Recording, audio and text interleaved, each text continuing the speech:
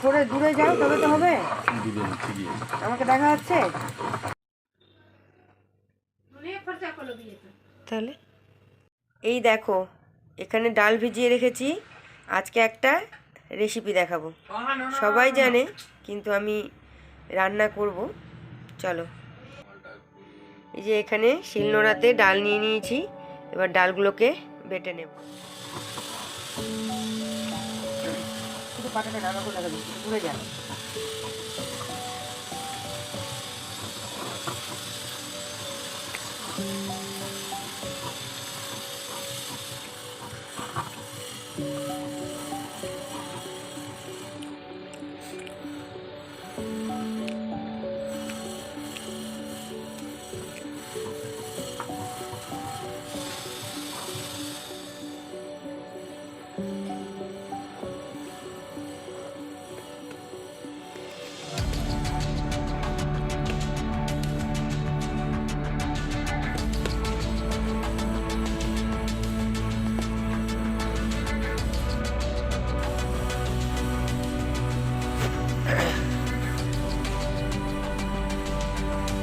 এই যে দেখো ডাল বাটার মধ্যে জিরে গুঁড়ো, ধনে গুঁড়ো, লঙ্কা গুঁড়ো, কালো জিরে, লবণ আর এই যে মিষ্টি সব কিছু দিয়ে, আর একটা জিনিস দিয়েছি বাটার পরে, একটু বাটা হয়ে গেছিলো যখন, তখন লাস্ট বাটাটা যে বাটবো তখন দিয়ে দিয়েছি হচ্ছে হিং।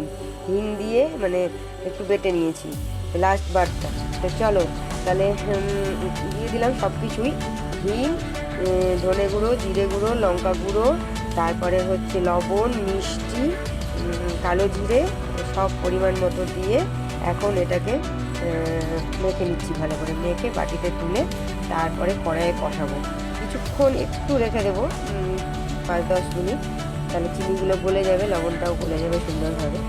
তো আর একটা জিনিস দিতে বাকি আছে, একটুখানি হলুদ দিব, হলুদটা ভুলে গেছিলাম তোমাদেরকে, এই যে ভিডিও করতে গেলাম তখন মনে পড়লো যে আমি হলুদটা দিয়ে নেবো। তো সুন্দরভাবে এটাকে করে তুলে তারপরে পাটাটাকে ভালো করে ধুয়ে আমি আজকে একটু গ্রিন চাটনি বানাবো, একটু ধনেপাতা বেটে নেব।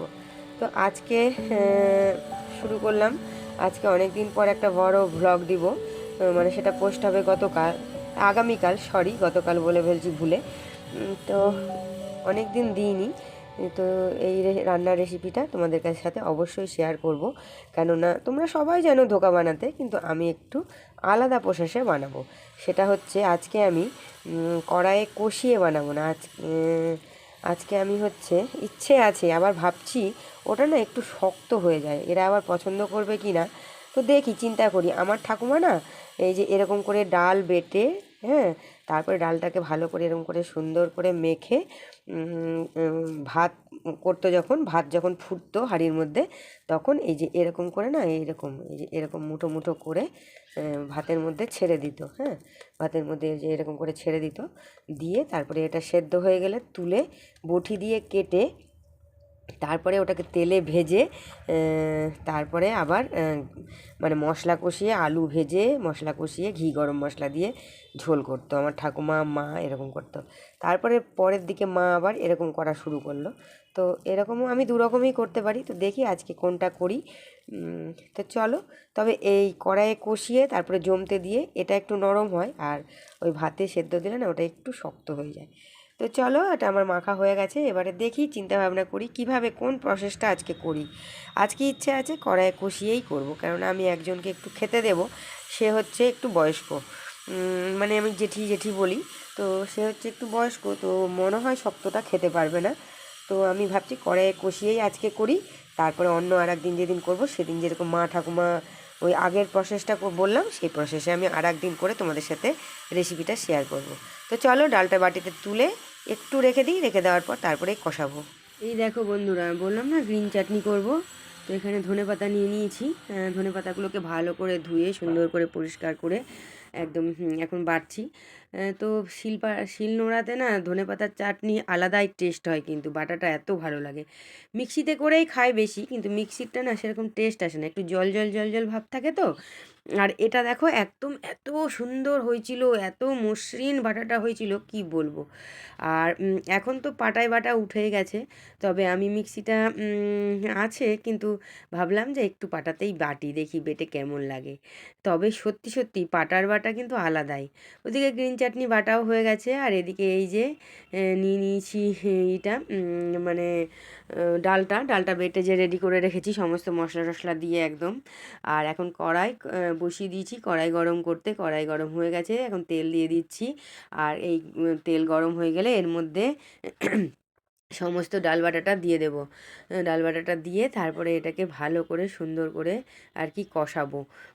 কষিয়ে তারপরে মানে কষাতে একটু সময় লাগবে, কারণ একটু ভালো করে সুন্দর করে কষাতে হবে। তো এই দেখো তেল গরম হয়ে গেছে, আর তেলের মধ্যে আমি দিয়ে দিলাম এই ডাল বাটাটা। মানে আজকে আশা করি খুব ভালো হবে টেস্ট, কেননা পাটায় বেটে করছি তো, অন্যদিন মিক্সিতে বাটি। তো মিক্সির বাটাটাও ভালো হয়, কিন্তু একটু টেস্টের তফাৎ হয়। এই জিনিসগুলো একটু মোটা বাটা বা একটু দানা দানা বাটা থাকলে বেশি ভালো লাগে, মিক্সিতে একদম প্লেন হয়ে যায়, মুখে ধরে না। তো এটা জমে গেছে, আর আমি এখন একদম বরফি বরফি করে সুন্দর করে চাকু দিয়ে কেটে তুমি জেঠিকে জিজ্ঞাসা করবা একদম মাছের মতো কে বললো তোমাকে তৈরি করবো, আমি বিয়ে করেছি? ভেজে নেব। তবে অনেক দিন পর এই রান্নাটা করছি। আসলে কি বলতো, এই রান্নাগুলো করতে একটু সময় লাগে তো, এখন আর এতটা সময় হাতে নেই, খুব তাড়াহুড়োর মধ্যেই রান্নাবাড়ি করি, ফলে মাছ, ডিম, মাংস এগুলোই বেশি রান্না হয়। এই ধরনের ভেজ রান্নাগুলো করতে অনেকটা সময় সাপেক্ষ ব্যাপার। মানে অনেকটা এতক্ষণে আমার হয়তো মাছের ঝোল ভাত হয়ে যেত, কিন্তু কিছু কিছু সময় কিছু কিছু দিন মনে হয় যে এই রান্নাগুলো খাই। আমাদের বাড়িতে চাপড় ঘন্ট রান্না হতো, জানি না তোমরা খাও কি না। তো চাপড় ঘন্ট হতো, এত অদ্ভুত আমার মা রান্না করতো না চাপড় ঘন্ট, কি বলবো। আলু করলার বাটি চচ্চড়ি, চাপড় ঘন্ট, মাছের মাথা দিয়ে সমস্ত সবজি ঝুরি ঝুরি করে কেটে একটা তরকারি, এই সব রান্নাগুলো যেন ভুলেই গেছি খাওয়া। তো গল্প করতে করতে এদিকে আমার মশলা কষানোও কিন্তু হয়ে গেছে, আলু ভেজে মশলা কষিয়ে দিয়েছি। আর এদিকে মশলাটা এখন কষাচ্ছি, মশলার মধ্যে সমস্ত মশলা দিয়ে দিয়েছি, জিরে বাটা, আদা বাটা, লঙ্কা গুঁড়ো, ধনে গুঁড়ো, তারপরে হচ্ছে লবণ, মিষ্টি, আর হচ্ছে পরিমাণ মতো হলুদ, সমস্ত কিছু দিয়ে এটাকে এখন কষাচ্ছি। আর হিং আর ঝোলের মধ্যে দেবো না, ইটাতেই ধোকাটাতেই হিং দিয়ে দিয়েছিলাম। তো এই যে হয়ে এসছে, এখন দিয়ে দেবো জল, আর ফুটে উঠলে ধোকাগুলো সব দিয়ে দেবো ওর মধ্যে। তবে ধোকাগুলো দেওয়ার পর কিন্তু বেশি ফুটাবো না, তাহলে সব গলে একদম ঘেটে হয়ে যাবে। তো দিয়ে দিলাম জল, অল্প করেই করব, একদম একটু মাখা মাখা করব, খুব সুন্দর লাগে এই রান্নাটা খেতে, রেসিপিটা এত ভালো হয় না কি বলবো তোমাদেরকে। ঝোল ফুটেও গেছে, এই দেখো একটু পিঠালু দিয়ে দিচ্ছি, আমরা এটাকে পিঠালু বলি। এটা চালের গুঁড়ো দিয়েও দিতে পারো, আর আটা দিয়েও দিতে পারো, যে যার যেটা খুশি। তবে যদি উপোস করো, উপোসের রান্না করো, তাহলে চালের গুঁড়োটা দেওয়া যায় না, কারণ উপোসে তো চাল খাওয়া যায় না, ওই জন্য তখন আটাটাই দিতে হয়। আর একটা ব্যাপার হচ্ছে, এটা দিলে এটার উপকারিতা হচ্ছে ঝোলটা জল জল হয় না, ঝোলটা ট্যাল ট্যাল করে না, ঝোলটা মাখো মাখো হয়ে আসে, বেশ সুন্দর হয়। আর পিঠালু না দিলে কিন্তু ঝোলের মানে ঘনত্বটা খুব একটা ভালো আসে না। আর অত মশলা খাওয়া তো ভালো না, যে মশলা দিয়ে একদম তুমি থকথকে করে দেবে। ওই জন্য আমরা ছোটো থেকে মায়ের কাছ থেকেই শিখেছি একটু পিঠালু দেওয়া রান্নাতে। তো চলো, রান্নাটা হয়েই গেছে, দিয়ে দিচ্ছি গরম মশলা, আর দিয়ে দিব ঘি। গরম মশলা দেওয়ার পর যা অদ্ভুত গন্ধ বেরোচ্ছে না কি বলবো। এই দেখো দিয়ে দিলাম ঘি, আর দিয়ে দিলাম গরম মশলা। চলো, রান্নাটা কমপ্লিট। তোমাদের রেসিপিটা ভালো লাগলে অবশ্যই জানাবে, আর যদি অন্য কোনো রান্না দেখতে চাও তাহলে অবশ্যই জানাবে, আমি চেষ্টা করব। তো এখনকার মতো টাটা অ্যান্ড বাই বাই। আর আজকে এটা আমি জেঠির উদ্দেশ্যেই রান্না করছি, আমাকে মানে হ্যাঁ গল্পে গল্পে একদিন বলেছিল, তো ওই জন্য আমার খুব ইচ্ছে হয়েছিল যে না, আমি তাহলে করে খাওয়াবো, ওই ওনার যখন খুব ইচ্ছে। তো চলো, জেঠির উদ্দেশ্যে রান্না করে আজকে আমরা সবাই ধোকার ডালনা খাবো। তো এখনকার মতো টাটা অ্যান্ড বাই বাই, শুভ দুপুর। আর এই যে ধোকাগুলো দিয়ে দিচ্ছি একটা একটা করে, সবগুলো ধোকা দিয়ে তারপরে ভালো করে একটু নাড়িয়ে চাড়িয়ে অল্প একটু ফুটাবো, বেশি ফুটাবো না।